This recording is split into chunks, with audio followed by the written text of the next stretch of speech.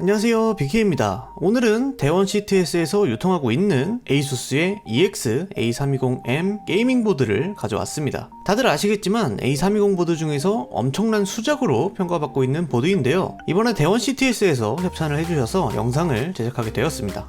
아무튼 제품 구성부터 보면 메인보드 본체와 매뉴얼, 설치 CD, SATA 케이블, 백패널과 M.2 고정 나사로 구성되어 있는데요. 메인보드의 전체적인 레이아웃은 검은색과 빨간색으로 포인트를 준 구성이고요. 전원을 인가했을 때는 하단에 LED가 점등이 됩니다. 아무튼 오늘 가져온 EX A320M 게이밍 보드가 꾸준하게 사랑받고 있는 이유는 타사의 A320 보드와 비교해서 꽉 찬 구성과 부품들의 품질을 예로 들 수 있겠는데요. 램 슬롯의 경우에는 보통 다른 A320 보드를 살펴보면 2슬롯인데 비해서 4슬롯을 지원하는 점과 그래픽카드 슬롯도 스틸 아머 처리가 돼 있어서 내구성까지 챙겼고요. M.2 슬롯까지 있어서 속도가 빠른 NVMe 방식의 M.2 SSD까지 사용이 가능합니다. 전원부도 저렴한 B450 보드보다는 좋은 품질의 모스펫과 캐퍼시터를 탑재하면서 웬만한 B450 보드와 비교해서는 부족하지 않은 전원부 성능을 가지고 있습니다. 여기에 A320 보드는 공식적으로 PBO를 지원하지 않는데 이 보드는 PBO까지 지원을 하면서 경쟁력을 한층 끌어올린 제품이죠.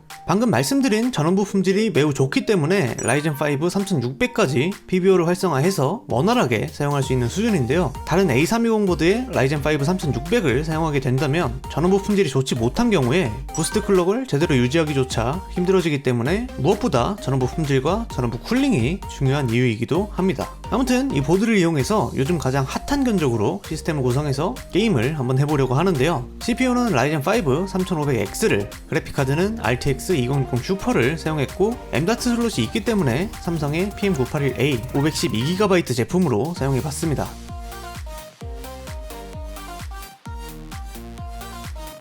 자, 그럼 지금부터 이 구성으로 게임을 한번 돌려보겠습니다.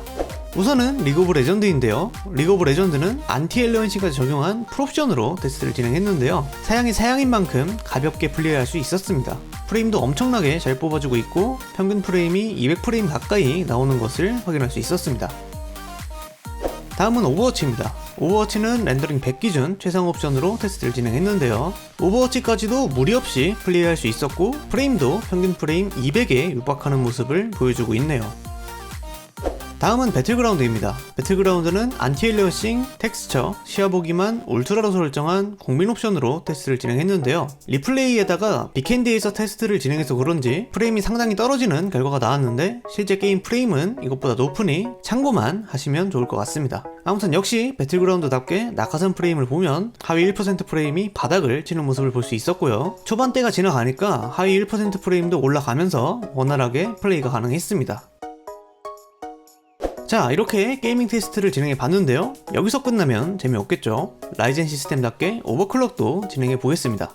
우선은 램 오버클럭부터 진행해 보면 3600 클럭에 FCLK는 3600의 절반인 1800으로 설정해 주고 램 타이밍은 18, 21, 21, 21, 44로 전압은 1.35V로 설정을 했습니다. 그리고 프리시즌 오버드라이브, 즉 PBO는 여기 오토로 되어 있는 걸 이네이블로 바꿔주고 옆에 어드밴스드 모드에 들어가서 글로벌 C 스테이트를 꺼주면 간단하게 끝이 납니다. 램 오버클럭은 적용하고 나서 TM5로 대충이라도 한번 돌려보시는 걸 추천드리고요. 바로 오버클럭 전후 차이를 비교해 보겠습니다.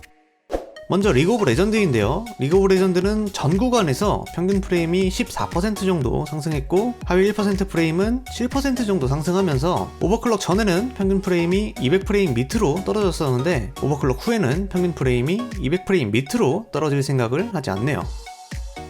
자, 다음은 오버워치입니다. 오버워치는 평균 프레임이 10% 정도 상승했고 하위 1% 프레임은 6% 정도 상승했네요. 오버워치도 롤과 마찬가지로 오버클럭 전에는 평균 프레임이 200프레임 밑으로 떨어졌었는데 오버클럭 후에는 평균 프레임이 200프레임 밑으로 떨어질 생각을 하지 않았습니다.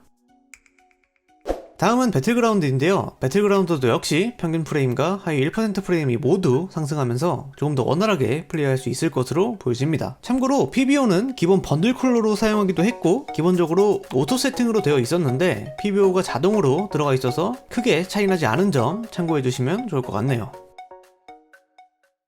자, 지금까지 대원 CTS에서 유통하는 ASUS의 EX-A320M 게이밍 보드를 알아봤는데요. 대원 CTS는 마이크론 SSD를 유통하는 회사로 많이 알려져 있었는데 AMD CPU와 ASUS의 보드까지 유통을 하게 되면서 많이 접해보셨을 거라고 생각이 되는데요. 업계 AS평도 괜찮아서 라이젠 시스템 구성하실 때 추천드리고 싶은 브랜드이기도 하네요. 아무튼 방금 보셨던 것처럼 전체적인 구성이나 퀄리티, 성능까지 A320 보드들 중에서 단연 돋보이는 보드가 아닌가 싶고요. 저도 개인적으로 사용하고 있기도 하고 지인들의 컴퓨터를 맞춰줄 때 많이 추천했었던 보드인 만큼 가성비 라이젠 PC를 구성하실 예정이라면 한번 고려해보시면 좋을 것 같습니다. 디자인은 취향이라 넘어가도록 하고, 개인적으로 추후에 바이오스 업데이트를 통해서 CPU 수동 오버클럭까지 지원을 해준다면 굉장히 괜찮을 것 같은데, 그러면 팀킬이 발생해서 아마 안 해줄 것 같지만 그래도 희망은 해보고 싶습니다. 실제로 현재 단종이 됐지만 A320 보드 중에서 바이오스 업데이트를 통해서 CPU 수동 오버클럭을 해주는 보드들이 있었는데 전원부 구성이 좋지 못해서 실질적으로 사용하지 못했지만, 이 보드는 전원부 품질이 매우 좋기 때문에 활성화만 된다면 제대로 사용할 수 있을 것 같은데요. 아마 그럴 일은 없겠죠? 자, 아무튼 선택은 여러분들의 몫이고요. 영상을 보시는 모든 분들이 조금 더 합리적인 소비를 할 수 있길 바라면서 이번 영상은 여기에서 마무리하도록 하겠습니다. 영상 끝까지 봐주셔서 진심으로 감사드리고요. 좋아요와 구독도 잊지 마시고요. 기타 의견이나 질문은 하단에 댓글로 남겨주시면 시간이 조금 걸리더라도 빠짐없이 답변 드리도록 하겠습니다. 아무튼 저는 다음 영상에서 더 재미있는 제품들과 꿀팁으로 다시 인사드리도록 하겠고요. 지금까지 BK였습니다.